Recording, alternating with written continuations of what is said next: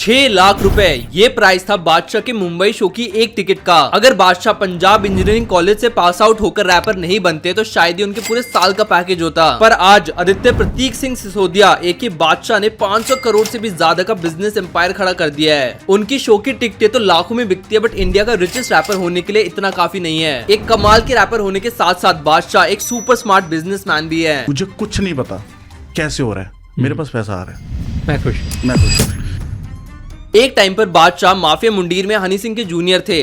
जहां 2009 में Honey Singh super hit हो चुके थे, वहीं बादशाह को बॉलीवुड में सक्सेस काफी लेट मिली, बट इसके बावजूद आज बादशाह की नेटवर्थ हनी सिंह से डबल है। हिट गाने तो हनी सिंह और बाकी आर्टिस्ट ने भी बहुत दिए हैं, बट आखिर बादशाह इंडिया के रिचेस्ट रैपर कैसे बने? मोस्टली लोगों को लगता है कि बादशाह live shows and music royalty से कमाते हैं, but that is not true. एक सुपर सक्सेसफुल रैपर होने के साथ साथ बादशाह एक सुपर स्मार्ट बिजनेसमैन भी है। एंड आज की इस वीडियो में मैं आपको बादशाह के 4 ऐसे सोर्सेज ऑफ इनकम बताऊंगा जिसके बारे में बहुत ही कम लोगों को पता है, बट वो इससे महीने के करोड़ों रुपए कमा रहे हैं। ऑल्सो अगर आपको ऐसा कंटेंट पसंद आता है जहां पे मैं बाकी लोगों की बिजनेस और मार्केटिंग स्ट्रैटेजीज को डिकोड करता हूं, तो do subscribe to my channel. Without any further ado, let's get started. First is restaurant business. बहुत लोगों को नहीं पता, बट बादशाह की 500 करोड़ की नेटवर्थ का एक बड़ा पोर्शन उनके रेस्टोरेंट बिजनेस से आता है। बादशाह फिलहाल 2 रेस्टोरेंट चेन्स को ओन करते हैं। First one is dragon fly and second one is sago. पहले बात करते हैं उनके ड्रैगन फ्लाई रेस्टोरेंट के बारे में। ये रेस्टोरेंट उन्होंने 2019 में स्टार्ट किया था एंड इसकी फिलहाल 2 ब्रांचेस है, एक JW मैरिट मुंबई में एंड दूसरी एरो सिटी दिल्ली में।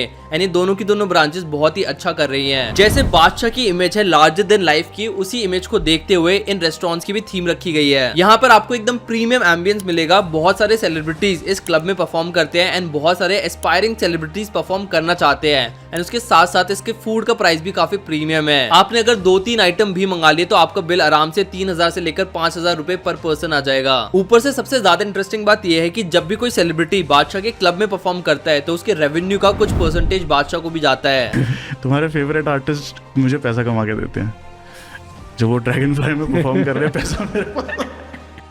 अब आप बोलोगे कि भाई बादशाह इतना सब कुछ कैसे कर रहा है? वो रैप भी लिख रहा है, वो लाइव शोज भी कर रहा है, वो रेस्टोरेंट भी हैंडल कर रहा है, तो आखिर इतना सब कुछ एक बंदा कैसे कर सकता है? तो देखो, जितने भी आपके फेवरेट सेलिब्रिटीज है वो किसी न किसी बिजनेसमैन के साथ पार्टनरशिप करके उस बिजनेस को चलाते हैं। फिर चाहे वो 1-8 कम्यून बाय विराट कोहली हो, के ब्यूटी बाय कटरीना कैफ हो, being human by Salman Khan हो, तो बेसिकली एक बिजनेसमैन सारा बैकग्राउंड वर्क देखता है एंड उस ब्रांड के फेस सेलिब्रिटीज होते हैं एंड ये लोग सेल्स को ड्राइव करते हैं। अगर हम बादशाह के इस क्लब की बात करें तो इसके पीछे एक बहुत ही फेमस बिजनेसमैन है जिसका नाम है प्रियांक सुखीजा। इनका रेस्टोरेंट इंडस्ट्री में 20 साल से भी ज्यादा का एक्सपीरियंस है एंड ये इंडिया में बहुत ही फेमस रेस्टोरेंट चेन को ओन करते हैं। फिर चाहे वो लॉर्ड ऑफ द रिंग्स हो, तमाशा हो, डियाब्लो हो, एक्सेट्रा। तो बेसिकली बादशाह का ब्रांड सेल करके अपने रेस्टोरेंट चला रहे हैं एंड बदले में बादशाह को एक परसेंटेज शेयर मिलता है। अब मोस्टली रेस्टोरेंट बिजनेस बहुत ही बेकार बिजनेस होते हैं क्योंकि उसमें मार्जिन काफी लो होता है एंड लॉस काफी ज्यादा होता है, क्योंकि आपको हर महीने रॉ मटेरियल के लिए पैसे देने पड़ते हैं, फिर वेटर्स और शेफ की भी सैलरी जाती है एंड बहुत बार तो आपको बचा हुआ खाना फेंकना पड़ता है।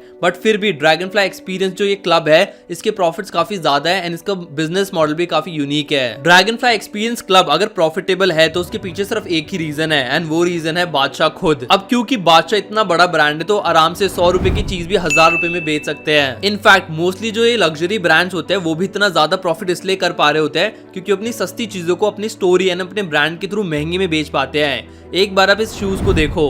अब इस शूज का ना प्राइस गेस करो। ये शूज 71,000 का है क्योंकि ये गुची ब्रांड का है एंड बस यही पावर है लग्जरी ब्रांड्स की। एंड इसी वजह से जहां मोस्टली रेस्टोरेंट्स लॉस में होते हैं वहीं बादशाह का रेस्टोरेंट प्रॉफिट्स बना रहा है। सिमिलरली बादशाह का एक और रेस्टोरेंट है चंडीगढ़ में जिसका नाम है सागो। ये रेस्टोरेंट भी सेम ही बिजनेस मॉडल पे काम करता है। इसको बादशाह ने बबीता गुप्ता एंड उदय वीर के साथ मिलकर शुरू किया था। अब बात करते हैं उनके सेकंड सोर्स ऑफ इनकम की, जो है उनकी merchandise bad fit. Bad fit basically Badshah का luxury street wear fashion brand है। ये ब्रांड बेसिकली प्रीमियम क्वालिटी की T shirt, sweatshirt and sneaker sale करता है। अगेन प्रीमियम है तो इसका मार्जिन भी काफी ज्यादा है। बादशाह का ब्रांड है तो इसका स्टाइल भी बादशाह से इंस्पायर्ड है, which is loose fitted funky clothes. And like most businesses इसको भी बादशाह रन नहीं करते, इसके बैकग्राउंड में एक और कंपनी काम करती है जिसका नाम है मर्च गैराज। क्या डिजाइन रिलीज करना है, कैसे मार्केटिंग करनी है, कैसे इन प्रोडक्ट्स को कस्टमर तक पहुंचाना है, ये सब कुछ डिसाइड करते हैं मर्च गैराज। बादशाह बस इस ब्रांड का फेस है। और ये कंपनी सिर्फ बादशाह के साथ काम नहीं करती बट बहुत सारे और क्रिएटर्स के साथ भी मर्च बेचती है, जैसे कि मोस्टली सेन हो गया, युवराज सिंह हो गए, जेडन हो गया, सेजल कुमार हो गए, बहुत सारे और क्रिएटर्स। फिर आता है बादशाह का थर्ड बिजनेस जो कि है उनकी इन्वेस्टमेंट्स। तो देखो बिजनेस चल भी सकता है और नहीं भी चल सकता, बट एक चीज जो आपको लॉन्ग टर्म में हमेशा रिटर्न्स देगी वो है आपकी इन्वेस्टमेंट्स। बादशाह भी लॉन्ग टर्म वेल्थ क्रिएट करने में बिलीव करते हैं एंड इसकी वजह से उन्होंने काफी सारे स्टार्टअप्स एंड बिजनेसेस में भी इन्वेस्ट किया हुआ है। उनका सबसे बड़ा इन्वेस्टमेंट है कंपनी के अंदर जिसका नाम है मेन स्ट्रीट मार्केट प्लेस।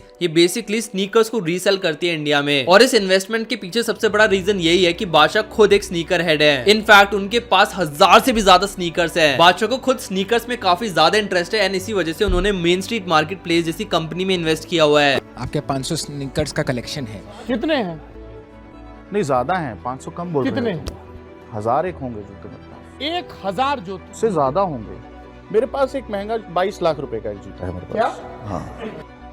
इसके अलावा उन्होंने एक इंडियन बियर कंपनी में भी इन्वेस्ट किया हुआ है जिसका नाम है कीबा एंड ये भी रिसेंटली काफी अच्छा परफॉर्म कर रही है। फिर लास्ट ईयर बादशाह ने ड्रूम के साथ भी पार्टनरशिप की थी जो कि एक कार रीसेलिंग कंपनी है। बादशाह ने ड्रूम में इन्वेस्ट भी किया हुआ है एंड ये इसके ब्रांड एम्बेसडर भी है। और इन सभी इन्वेस्टमेंट में एक बहुत ही इंटरेस्टिंग चीज है कि इनमें से बादशाह किसी से भी पैसे नहीं लेते स्पॉन्सरशिप के, बट इक्विटी लेते हैं। देखो जो ब्रांड स्पॉन्सरशिप मनी है ना वो सिर्फ एक ही बार आता है, आपने किसी की प्रमोशन कर दी उसके बदले आपको पैसे मिल गए। बट अगर आपके पास उस ब्रांड की इक्विटी है तो जैसे जैसे वो ब्रांड ग्रो करेगा वैसे वैसे आपके पैसे भी ग्रो करेंगे। एंड बादशाह ने मोस्टली कंपनीज में इक्विटी ही ली हुई है एंड इसकी वजह से वो काफी ज्यादा पैसा कमा सकते हैं when compare to brand sponsorship money. इसके साथ साथ बादशाह एक स्पोर्ट्स टीम को भी ओन करते हैं। उन्होंने अल्टीमेट खो खो लीग में मुंबई की फ्रेंचाइजी तक ली हुई है। फिर शार्क टैंक से फेमस हुए अश्नीर ग्रोवर की कंपनी क्रिक पे जो कि एक फैंटेसी लीग ऐप है उसमें भी बादशाह ने एक बहुत बड़ा स्टेक लिया हुआ है। बादशाह के जितने भी ये इन्वेस्टमेंट्स है ये काफी लॉन्ग टर्म है एंड डेफिनेटली उनको लॉन्ग टर्म में अच्छा खासा प्रॉफिट ही देंगे। ऐसा मैं इसलिए कह पा रहा हूँ क्योंकि बादशाह की बातों से साफ दिखाई देता है कि वो बिजनेस और इन्वेस्टमेंट में काफी ज्यादा इंटरेस्टेड है। कोई भी बिजनेस स्मूथली नहीं चलता है, it has its ups and downs. कोई भी बिजनेस हो